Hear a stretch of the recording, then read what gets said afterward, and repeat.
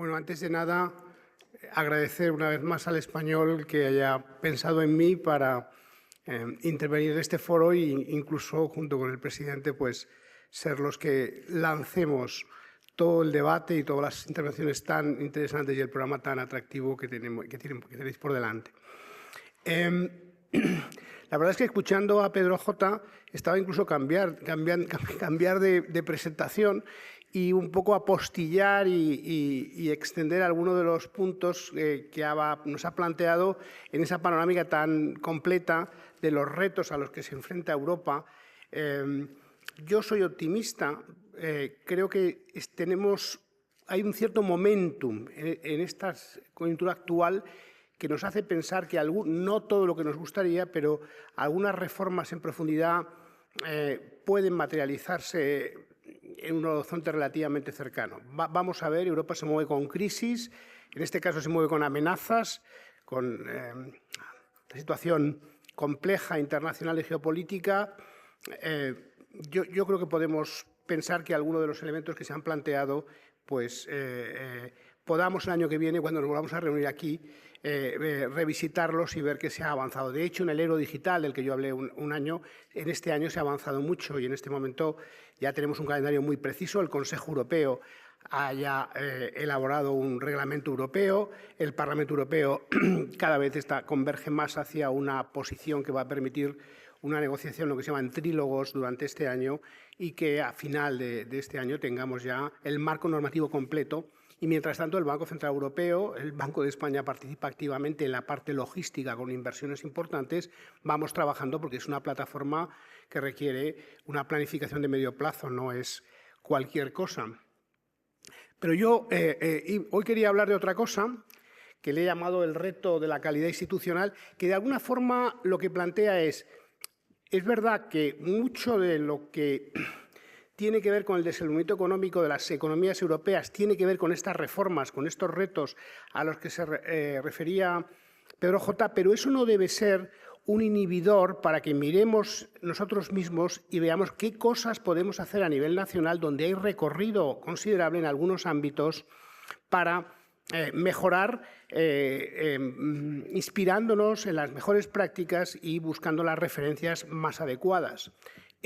Hoy he elegido este tema, que es el de la calidad institucional, y por qué, cuando digo la calidad institucional, entendido en sentido amplio, de cómo funcionan en sentido, digamos, amplio el conjunto de las administraciones públicas, cuyo peso en una economía es enorme, directamente en cuanto es gasto, actividad, pero también a través de la regulación, esa simplificación tan importante que hace falta, esa densidad que hay que reducir, etcétera. Y yo he empezado la presentación, a ver si le consigo. No, estas cosas suelen ocurrir. A ver, no, ahora es que tengo una presentación y no la he probado. A ver, ¿es este de aquí de la derecha? Ah, que no estaba puesto el... ¿Ahora sí? Ahora sí. Muchas gracias. Y como punto de partida de mi presentación, traigo un gráfico que ya presentamos el año pasado en el informe anual del Banco de España. Lo voy a ir sacando poco a poco para que yo creo que esto es un poco el inspirador de toda la presentación que voy a hacer. En el eje horizontal tenemos un indicador de la eficacia de las administraciones públicas. Es un indicador del Banco Mundial muy completo que evalúa muchas dimensiones de cómo de bien o regular o mal funciona cada administración pública en los distintos países y hace un indicador síntesis. En el eje vertical tenemos el indicador más conocido de bienestar de un país, imperfecto, que es la renta per cápita, sin duda imperfecto, pero es el agregado más utilizado. Y ahí hemos pintado dónde está España. España es un país que, como vemos, tiene la renta per cápita que tiene, en torno a 30.000 millones de dólares, creo que son dólares, no euros, y después pues, estamos donde estamos, en el índice de eficacia. Vamos a ver que hay países en Europa que son... Se me ha vuelto a ir. Países en Europa que están mucho mejor desde el punto de vista del funcionamiento de sus administraciones públicas en ese índice y también tienen la renta per cápita mucho más alta que la nuestra, son sobre todo los países nórdicos, pero si pintamos todos los países europeos, vemos que hay una extraordinaria correlación. De hecho, en términos estadísticos, 2/3 de toda la variabilidad conjunta de ese indicador de eficacia de las administraciones públicas y de la renta per cápita se explican con esta única variable, la eficacia de las administraciones públicas, y vemos que tenemos a los países nórdicos arriba, tenemos el resto de los países europeos, y España está pues, en una situación, digamos, media-baja, que es lo que somos también en renta per cápita. Al estar muy cerca de esa recta de ajuste, quiere decir que básicamente más o menos tenemos lo que nos estaría diciendo este patrón desde el punto de vista de la eficacia, de la calidad de nuestra administración pública. Llamo la atención que los países que están por encima de la línea, si pensamos que esta correlación también tiene un elemento de causalidad, es decir, cuanto mejor es la calidad de las administraciones, más vas mejorando en términos de bienestar, miremos que los países que están por encima de la línea son candidatos a ir yendo a peor, y los que están por debajo de la línea son candidatos a ir a mejor. Y aquí me salen dos países que están en el entorno de nuestros niveles, que son Portugal e Italia, y sabemos, por información que vamos acumulando, que Portugal es un país que está yendo de menos a más, con una mejora en el funcionamiento del país claramente identificable. No sé si es los mejores días con las tragedias que están teniendo ahora, pero es un tema claramente sobrevenido del cambio climático, pero claramente Portugal desde los últimos 15 años ha ido mejorando y también ha ido mejorando en su desempeño económico. Italia es un país que lleva al menos 25 años prácticamente sin crecer y también con enormes problemas desde el punto de vista del funcionamiento de sus administraciones públicas y su calidad institucional. Quiero decir, esto lo pone de manifiesto esta correlación. Este es mi punto de partida para proponer la discusión que viene a continuación. También me gustaría ver que cuando esa calidad institucional, que la ha llevado al eje de la izquierda, la correlamos con el gasto público, vemos que no hay correlación. Esto sale en este gráfico. A veces pensamos que estados más pequeños, estados de menor tamaño, tienen que llevar a cabo mejor eficacia. No necesariamente. De hecho, los países nórdicos son países, algunos de ellos, que tienen gasto público y que el sector público es muy fuerte, muy importante, y son los de mejor desempeño económico, como hemos visto antes. Luego, eficacia no quiere decir eficiencia, o no quiere decir gasto bajo necesariamente. Quiere decir lo que voy a intentar explicar a continuación y que yo creo que está bastante estudiado. Es deseable, y es lo que voy a hacer en esta presentación, y esto es la parte novedosa respecto a lo que hicimos el año pasado, pasar de estos indicadores generales, agregados, que nos dan una fotografía un poco por arriba, para bajar a lo que son las instituciones concretas. Estos países que funcionan tan bien, o relativamente mucho mejor que nosotros en los países nórdicos, al final es el resultado de cientos de instituciones que están muy bien diseñadas, que tienen gobernanzas muy bien pergeñadas y que están muy orientados a los resultados y a contribuir a políticas públicas de mayor calidad. La pregunta es, ¿eso existe en España? Lo que voy a proponer aquí es que en España tenemos instituciones públicas excelentes, referencias internacionales, y a mí me gusta más buscar referentes nacionales que a veces la tendencia de cogernos alguna referencia internacional de algo que funciona muy bien, pero que es difícilmente trasplantable al entorno nacional, al contexto en el que nos envolvemos, y por tanto puede ser una referencia mucho más imperfecta. Es mejor mirar cosas que ya funcionan bien, ya han funcionado muy bien, como inspiradores de todo el recorrido que tenemos por delante.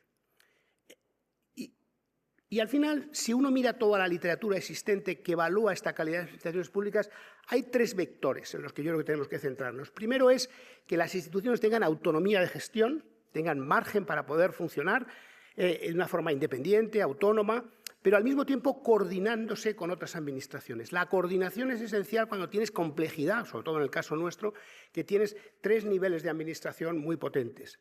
Segundo, orientación a medio plazo. Hay que pasar de los ciclos cortoplacistas, de los ciclos asociados a intereses cortos electorales, pero al mismo tiempo que uno tiene que plantearse horizontes de medio plazo, tiene que estar continuamente evaluando si lo que está haciendo funciona o no y tener flexibilidad para rehacer lo que no funciona. Y el tercero es el principio del mérito.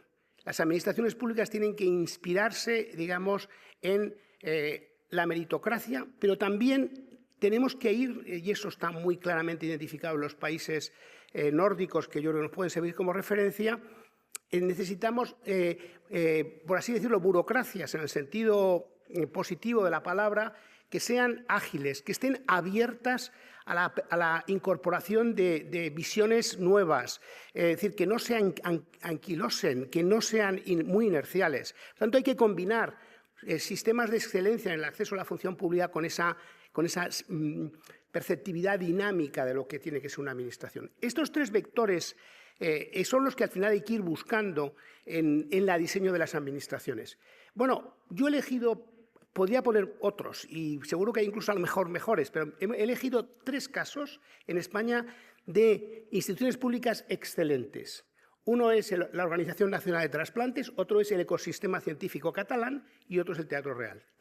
Totalmente distintas, en ámbitos completamente distintos, y todas son excelentes, y cuando las evaluamos con esos 3 vectores que he señalado antes, veremos lo potentes que son estas instituciones y por qué funcionan bien, precisamente porque en cada uno de esos 3 vectores realmente tienen marcas muy elevadas.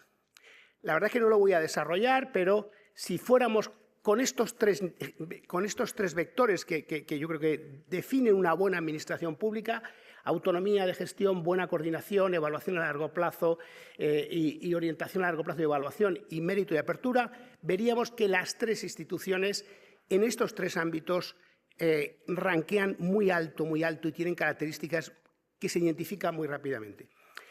A continuación, la presentación lo ejemplifica, lo voy a hacer muy rápidamente, básicamente lo voy a dejar aquí para quien esté interesado. En el caso de la Organización Nacional de Trasplantes sabemos que somos líder mundial en donantes por población, ahí está el ranking.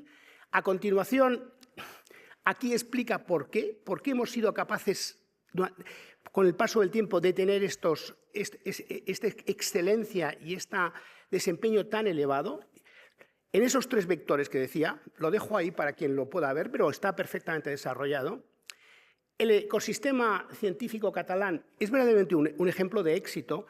Esta métrica es muy interesante porque lo que pone de manifiesto es, comparado, digamos, las publicaciones en todo lo que son las 42 instituciones que conforman el sistema, digamos, de investigación científica en Cataluña, están muy por encima en términos de lo que se considera un indicador de referencia desde el punto de vista de la calidad de las publicaciones, por encima de una referencia de la Unión Europea o del conjunto del mundo.